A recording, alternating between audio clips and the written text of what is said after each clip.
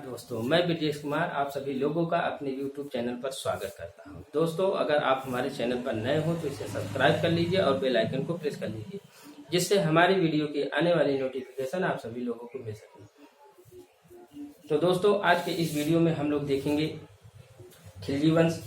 इसके पहले हम लोग गुलाम वंश को देखा था। गुलाम वंश देखा हमने 1206 से 1290 ईस्वी तक हुआ, और 1290 से अब हम लोग देखेंगे 1320 ईस्वी तक।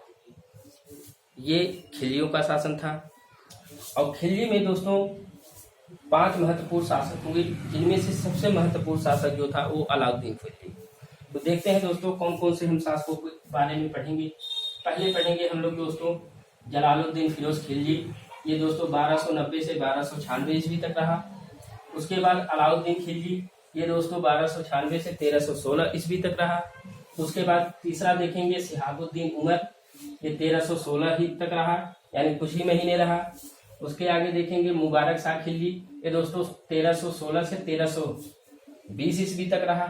उसके बाद देखेंगे खुसरो खां, ये दोस्तों 1320 में ही था और 1320 में ही इसका कार्यकाल समाप्त हो जाता है। तो दोस्तों देखते हैं कि आखिर ये खिलजी है क्या। ये खिलजी दिल्ली पर कैसे आए, कहाँ से आए और किस लिए आए। तो दोस्तों खिलजी जो थे ये 64 तुर्क जातियों में से विशेष अधिकार विहीन वर्ग के लोग थे। ये दोस्तों हेलमंद नदी के तट के क्षेत्र से और लमगान प्रदेश में रहा करते थे। ये जो खिलजी थे लमगान प्रदेश के निवासी थे ये, और इनके जो पूर्वज थे वो तुर्किस्तान के थे। खिलजियों के जो पूर्वज थे वो तुर्किस्तान के थे। और दोस्तों देखते हैं दिल्ली का प्रथम सुल्तान जिसने उदार निरंकुशवाद को बनाए रखा, ये दोस्तों जलालुद्दीन फिरोज खिलजी था। इसका जो कार्यकाल था 1290 से 1296, यानी केवल 6 वर्ष तक रहा। इसने अपनी राजधानी को बनाया किलोखरी में।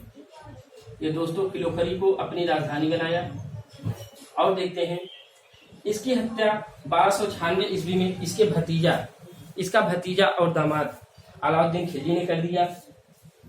दोस्तों ये कड़ा मानिकपुर में, यानी इलाहाबाद जो अभी वर्तमान में प्रयागराज है, वहाँ एक स्थान है कड़ा मानिकपुर, वहां पर जलालुद्दीन फिरोज की इसने हत्या कर दी। हत्या करने के बाद इसने अपना राज्याभिषेक बलबन के लाल महल में 22 अक्टूबर 1296 ईस्वी को ये अपना राज्याभिषेक करवाता है। और दोस्तों अलाउद्दीन खिलजी का जन्म 1266 से 67 ईस्वी में हुआ। ये इंपॉर्टेंट नहीं है, लेकिन हम लोग जान ले बस। ये किसी एग्जाम में आया नहीं है, लेकिन हम लोग जानते रहे कि हाँ इसका जन्म 1266 से 1296 के मध्य में हुआ था। और इसके पिता जो थे शिहाबुद्दीन थे, अलाउद्दीन के पिता। ओके दोस्तों आगे देखते हैं। अलाउद्दीन के बचपन का नाम अली व गुरसाफ था। ये बहुत मोस्ट इंपॉर्टेंट है, ये एग्जाम में आ चुका है कि अलाउद्दीन के बचपन का नाम क्या है। जैसे हमने और भी देखा है, जैसे शेर शाह सूरी के बचपन का नाम, अमीर खुसरो का नाम, बीरबल का नाम, तो वैसे ही इसके बचपन का नाम अली व गुरसाफ था। आगे देखते हैं। इसने दोस्तों एक अस्थायी सेना बनाई। उन अस्थायी सेनाओं में लगभग 4,75,000 सैनिक हुआ करते थे। यानी सबसे दिल्ली सल्तनत के जितने भी राजा हुए, सम्राट हुए, उन सभी सुल्तानों में सर्वाधिक सैनिक अलाउद्दीन खिलजी के कार्यकाल में था, यानी 4.25 लाख, लगभग 5 लाख के बराबर था। और दोस्तों इसने नगद वेतन देने का कार्य शुरू किया। और दोस्तों आज के इस समय में हमने अलाउद्दीन खिलजी के कार्यकाल के दौरान जितनी भी कार्य किया हो, वो सभी कार्यों को आज के दौर में देखा जा रहा है। अभी हम लोग बताते हैं। आगे देखते हैं। इसने घोड़ा दागने की प्रथा शुरू की। यानी दोस्तों अब सोचिए, पहले 5 लाख सैनिक हुआ करते थे और बहुत सारे घुड़सवार हुआ करते थे। उन घुड़सवारों में जो घोड़े हुआ करते थे, उन घोड़ों का एक विशेष चिन्ह बना देता था। कोई भी चिन्ह बना दे, ए बना दे, बी सी डी, कुछ भी कोई चिन्ह बना देता था। यही है घोड़ा दागना। और दोस्तों इसने सैनिकों का हुलिया भी लिखने की शुरुआत की। जैसे आज के दौर में हम लोग आरआरबी का पेपर या अरबिक का एग्जाम देते हैं, उसमें पूछता है पहचान का चिन्ह बताइए। तो पहचान का चिन्ह जो बताया जाता है, या कांटे का निशान हो, तिल का निशान हो, वैसे ही अलाउद्दीन के कार्यकाल में सैनिकों का हुलिया भी लिखा जाता था कि हाँ इनके, यानी ताकि आराम से पहचान की जा सके, क्योंकि युद्ध अक्सर हुआ करते थे और जब मर जाया करते थे सैनिक तो उनके घर वालों को पहचान नहीं मिल पाता था। तो दोस्तों हमने देखा हुलिया लिखने की शुरुआत कैसे हुई, पहचान के चिन्ह से हुई। आगे बढ़ते हैं। इसने भू राजस्व को 1/2 कर दिया, यानी 50% कर दिया। भू राजस्व जैसे मान लीजिए बहुत सारे राजा हुए, 1/3 लेते थे, कोई 1/4 लेता था, ये क्या किया 1/2 कर दिया।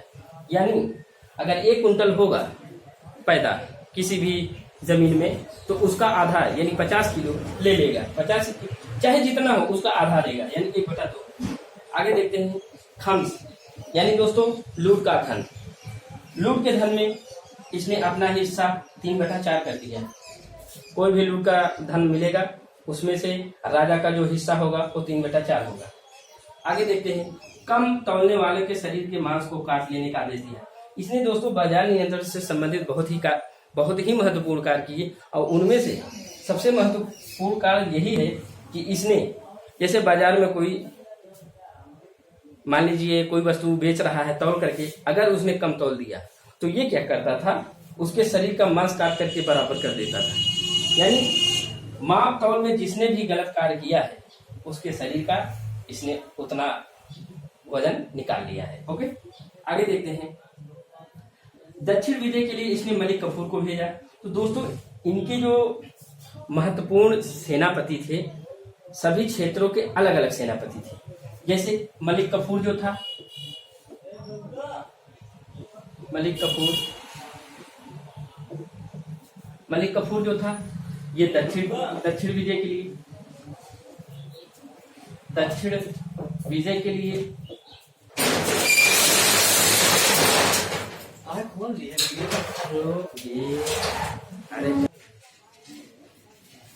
दोस्तों हमने देखा मलिक कफूर को दक्षिण विजय के लिए चुना इसने। और दोस्तों उलुग खां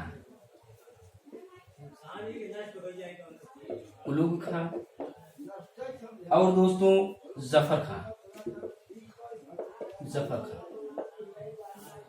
इन सबों को मंगोलों के आक्रमण के लिए नियुक्त किया। मंगोलों के आक्रमण, मंगोल दोस्तों यहाँ मंगोल मतलब ये गोबी मरुस्थल से आए थे, काफी असभ्य थे। असभ्य व्यक्तियों में मंगोलों का जिक्र होता है। ये बार बार इंडिया पे यानी दिल्ली पे आक्रमण किए इल्तुतमिश के ही कार्यकाल से, और इनके कार्यकाल में यानी अलाउद्दीन खिलजी के कार्यकाल में लगभग 6 से 7 बार इन्होंने आक्रमण किया। ओके, देखते हैं और आगे। मलिक कफूर की हम लोग बात कर रहे थे कि इस अलाउद्दीन खिलजी ने इन्हें दक्षिण विजय के लिए चुना। ये मलिक कफूर जो था ये दोस्तों गुजरात का एक हिंदू था, और इसे दोस्तों नुसरत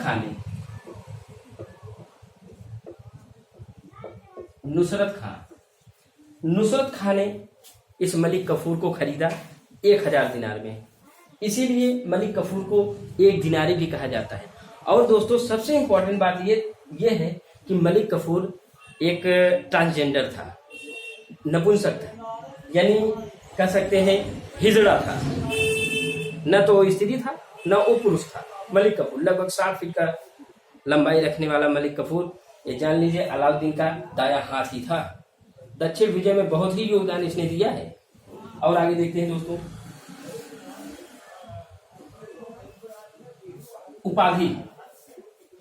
उपाधि में दोस्तों बहुत इंपॉर्टेंट है उपाधि। इनमें से पहली जो उपाधि है सिकंदर सानी।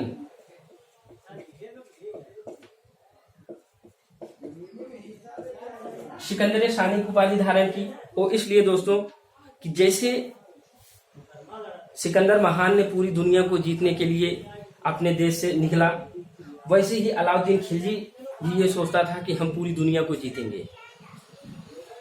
अतः उसने जीता लगभग सभी प्रदेश, इसीलिए इसे सिकंदर सानी या द्वितीय सिकंदर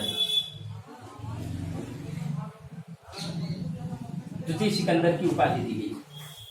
और दोस्तों इसे युग का विजेता भी कहते हैं, युग का विजेता, ये भी इसकी एक उपाधि है। और दोस्तों जनता का चरवाह, जनता का चरवाह, इसे जनता का चरवाह भी कहा गया, इसकी भी उपाधि इसने ली। और खलीफा का नायब, खलीफा का नायब भी इसने उपाधि धारण की। तो दोस्तों ये उपाधियों से संबंधित था कुछ बात। और इसने दोस्तों 2 कर चलाए। पहला था राई कर, ये दुधारू पशुओं पे लगाया जाता था, जिसकी भैंस 10 लीटर देती थी तो उसमें से ये कुछ हिस्सा सुल्तान अपने पास रख लेता था, यानी ले लेता था, दुधारू पशुओं पर था। दूसरा गढ़ी कर, ये घरों एवं झोपड़ियों पर होता था दोस्तों। जैसे आज के जमाने में हम लोग देते हैं टैक्स जमीन खरीदने का, रजिस्ट्री का, वैसे ही उस जमाने में जब कोई बड़ा घर बनाता था या झोपड़ी बनाता था, उसके लिए सुल्तान को कुछ टैक्स दिए जाते थे, यानी कर दिए जाते थे। उन करों को गढ़ी कर कहा गया। मोस्ट इंपॉर्टेंट है दोस्तों। आगे देखते हैं, मंगोलों का आक्रमण हमने बताया, ये गोबी मरुस्थल से आए थे, एशिया के, और असभ्य व्यक्ति थे, स्त्रियों को कुछ नहीं समझते थे, लेकिन माँ को बहुत कुछ समझते थे। इन्होंने 1297 से 1306 ईस्वी तक 6 से 7 बार इन्होंने आक्रमण किया।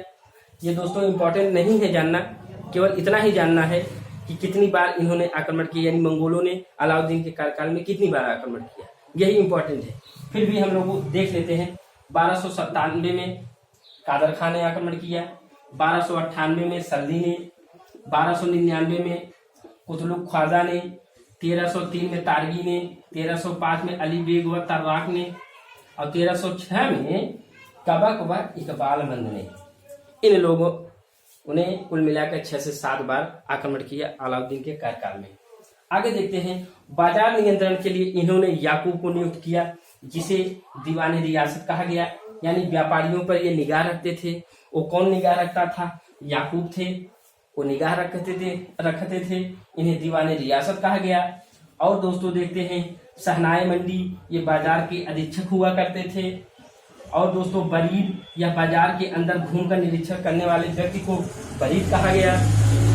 ये सब मोस्ट इम्पोर्टेंट है, यहाँ से सभी एग्जामों में प्रश्न आ चुका है।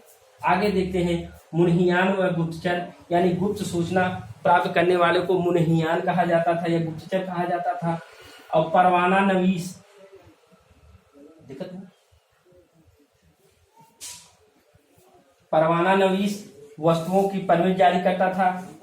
ये दोस्तों लिखना पड़ेगा, दिख नहीं रहा होगा, देखते हैं इधर।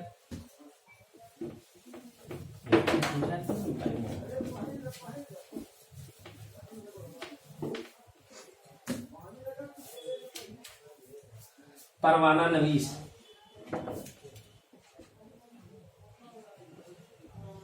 परवाना नवीस, ये दोस्तों वस्तुओं की परमिट जारी करता है। जैसे आज हम लोग कोई बिजनेस खोलें या कुछ व्यापार खोलें या गाड़ी वगैरह लें तो आरटीओ से परमिशन मिलता है, वैसे ही कोई भी व्यापार करने के लिए वस्तुओं का परमिट जारी करता था। उस जारी करने वाले का नाम परवाना नवीस होता था। आगे देखते हैं, नजीर। दोस्तों नजीर मोस्ट इम्पॉर्टेंट है। नजीर, ये दोस्तों नाप तोल का अधिकारी होता था। नाप तोल करने वाले अधिकारी को नजीर कहा जाता था। और दोस्तों अलाउद्दीन खिलजी के इन नीतियों की जानकारी जो है वो दोस्तों तारीखे फिरोज शाही में मिलती है। तारीखे फिरोज शाही, यानी फिरोज शाह तुगलक के कार्यकाल में एक कवि था जिसका नाम था जियाउद्दीन बर्नी। जियाउद्दीन बर्नी की कृति जो थी तारीखे फिरोज शाही, उसमें इस अलाउद्दीन के ये सभी बाजार नियंत्रण से संबंधित सारे कार्य को लिखा है। ओके, आगे देखते हैं खिलजी का मोस्ट विजय अभियान विजय अभियान दोस्तों बहुत इंपॉर्टेंट है।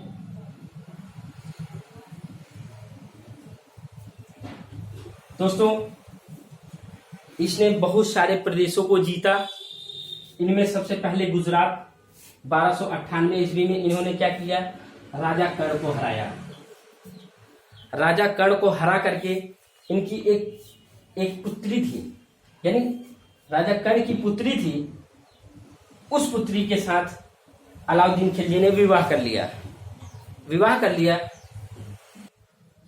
दोस्तों गुजरात में इन्होंने 1298 में राजा कर्ण से युद्ध किया, इनकी पुत्री के साथ अलाउद्दीन खिलजी ने विवाह किया और उस विवाह से इनको एक पुत्र प्राप्त हुआ जिसे खिज्र खां कहते हैं हम लोग। आगे देखते हैं रणथंभौर, ये 1301 ईस्वी में हमीरदेव से युद्ध किया, ये हारा हमीरदेव। उसके बाद रणथंभौर गुजरात में राजा कर्ण से हुआ और रणथंभौर 1301 में हमीरदेव से हुआ और चित्तौड़ से हुआ जो 1303 ईस्वी में राजा रतन सिंह से हुआ और देवगिरी 1307 में रामचंद्र देव से हुआ। वारंगल 1309 में हुआ, यह प्रताप रुद्र देव से हुआ। दोस्तों प्रताप रुद्र देव से ही कोहिनूर हीरा मिला, यानी दक्षिण विजय के लिए मलिक कफूर को चुना गया और मलिक कफूर के द्वारा ही प्रताप रुद्र देव से इन्हें कोहिनूर हीरा प्राप्त हुआ।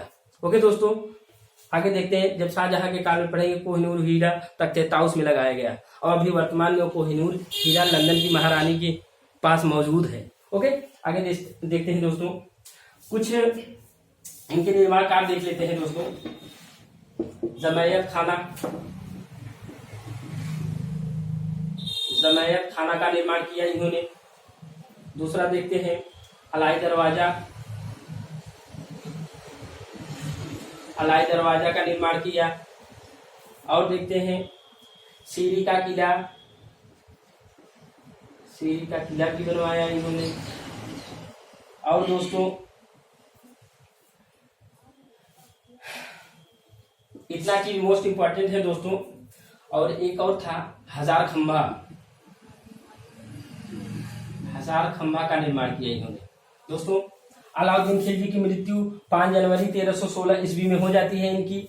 और अलाउद्दीन खिलजी के दरबार में अमीर खुसरो हुआ करते थे, जिन्हें मोहम्मद हसन के नाम से हम लोग जानते हैं। इनका जन्म यूपी के पटियाली में हुआ 1253 ईस्वी में। ये दोस्तों अमीर खुसरो 8 राजाओं के कार्यकाल को देखा, यानी दोस्तों बलबन से लेकर के मोहम्मद बिन तुगलक तक के कार्यकाल में इन्होंने ये उन शोभा बढ़ाए। और इन्हें दोस्तों तोताए हिंद भी कहा जाता है या तूतिए हिंद कहा जाता है। इन्होंने सितार व तबले का आविष्कार किया और कव्वाली की भी आविष्कार इन्होंने की। और दोस्तों अमीर खुसरो के जो गुरु थे, उनके गुरु का नाम सूफी संत निजामुद्दीन औलिया था। और दोस्तों देखते हैं आगे, यानी अलाउद्दीन खिलजी की जब मृत्यु हो जाती है 5 जनवरी 1316 ईस्वी में, उसके बाद अगले राजा बने, और राजा थे कुतुबुद्दीन मुबारक खिलजी। ये दोस्तों बहुत ही असभ्य राजा था, इसे नग्न